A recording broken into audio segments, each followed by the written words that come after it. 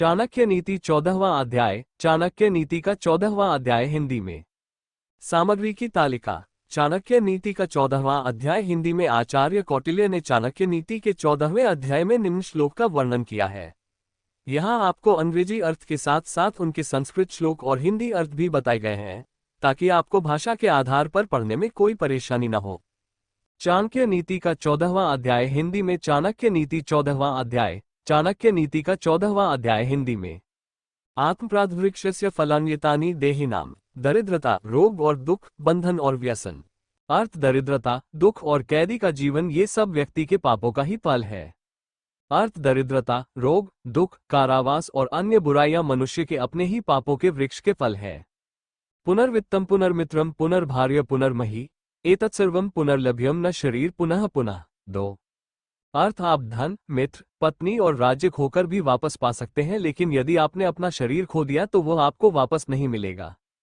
अर्थ धन, मित्र, पत्नी और राज्य पुनः प्राप्त हो सकते हैं, परंतु ये शरीर खो जाने पर फिर कभी प्राप्त नहीं होता।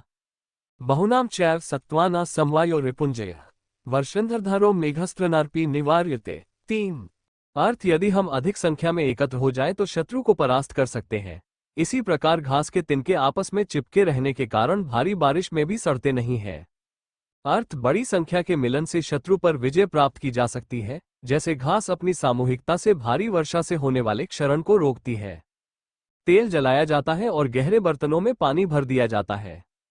प्रजने शास्त्रम स्वयं याति विस्तारे वास्तु शक्तिहात। 4 अर्थ पानी पर तेल, दुष्ट को बताया गया रहस्य, योग्य व्यक्ति को दिया गया दान और बुद्धिमान व्यक्ति को पढ़ाया गया शास्त्रों का ज्ञान अपने स्वभाव के कारण तेजी से फैलता है।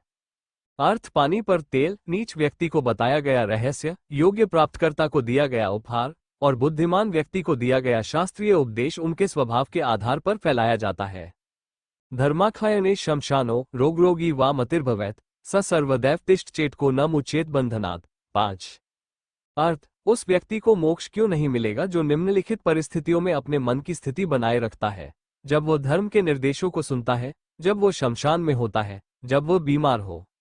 अर्थ मनुष्य जिस मन स्थिति को धर्म उपदेश सुनते समय, शमशान में उपस्थित रहते हुए तथा रोग में अनुभव करते हैं, उसी स्थिति को सदैव बनाए रखें तो कौन मुक्ति प्राप्त नहीं कर सकता। उत्तान पतपतपस्य बुद्धिर्भवति या निर्देशक तदर्शी यदि पूर्वम स्यात्कस्य स्याश्री। 6 अर्थ जो मनुष्य कर्म करते समय भी पश्चाताप की ही मनस्थिति रखता है, उसे सिद्धि क्यों नहीं प्राप्त होती। अर्थ यदि मनुष्य पहले भी वैसा ही पश्चाताप करे जैसा बाद में करता है तो कौन सिद्धि प्राप्त नहीं करेगा। तपस्या, वीरता या नम्रता से मत डरो।